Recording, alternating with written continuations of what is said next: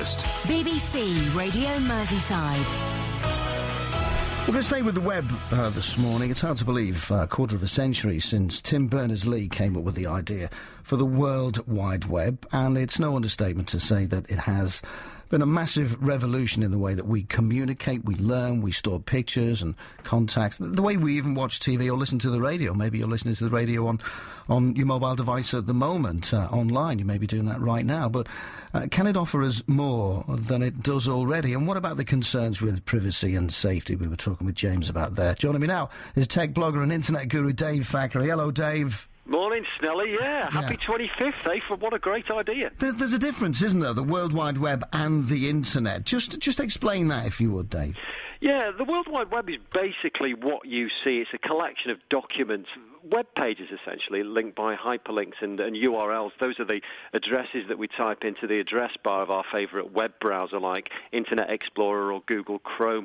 The Internet itself is a connection of multiple networks across the world that effectively form that master network. This is the backbone of the Internet, the really nerdy stuff, the hardware, the infrastructure that actually makes the World Wide Web possible. And of course, we were talking about the amount of time that we spend on the internet as well. For me, 10% of it is work, and 90% of it I get sent off to other places where I really don't want to be, and then say, "How did I end up here, looking at mango groves in wherever?" You know, it's strange, isn't it? Sounds like paradise to me. No, I have to say, Snell, if it hadn't been for the World Wide Web, I'd probably be an electrician by now. If you see me try and wire a plug, you'll see why things turned out as they should have. It's an interesting one. It would have been 22 and a half years, really, actually, since the web came into existence. And it's literally shrunk the world. It's been an instrument of revolution, not just across the world, but obviously as a consumer revolution as well. Our bank balances have shrunk as well as the world. We've got access to 24-hour shopping, one-day delivery. We can study at faraway universities from the comfort of our own home. I'm doing a course right now at Harvard, all to do with the world of thinking. You just couldn't have accessed this any other way. It really has democratized information. You mentioned before, watching TV shows, listening to radio programs we want to, whenever we want to, on any device, using BBC iPlayers as a good example. But it's not just virtual, is it? It's physical. But without the World Wide Web, we wouldn't see smartphones. There'd be no iPads.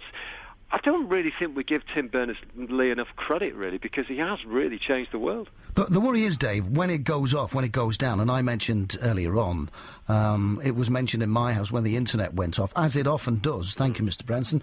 What are we going to do? Was said in my... What's going to happen? The internet's gone off. What are we going to do? Do you think we rely on it too much now? Of course, our finances, as you say, our entertainment, and processing information as well. Are we too reliant on the web?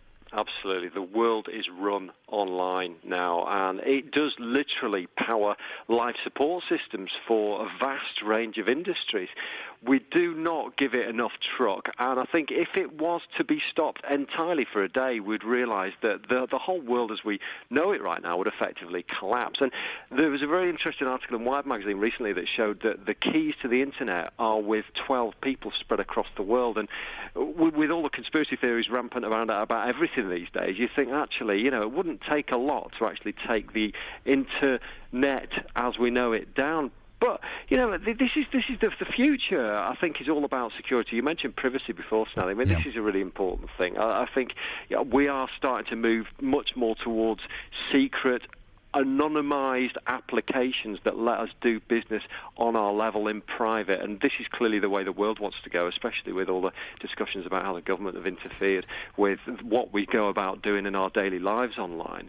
But the future is going to be all about sensors, I think, as well. We are the internet of people right now.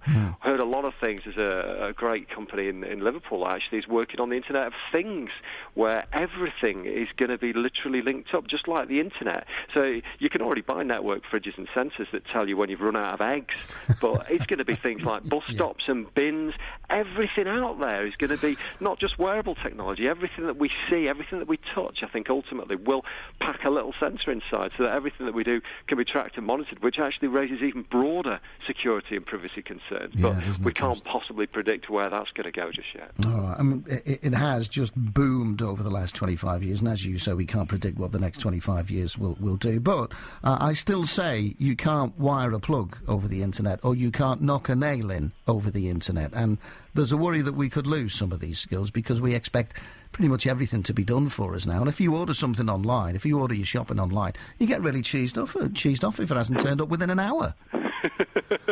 The high street has changed beyond recognition. A lot of people slam the internet because it's changed the way that we shop, but a lot of savvy retailers are starting to grasp the opportunities that online brings to retail, to the world that we see and touch around us.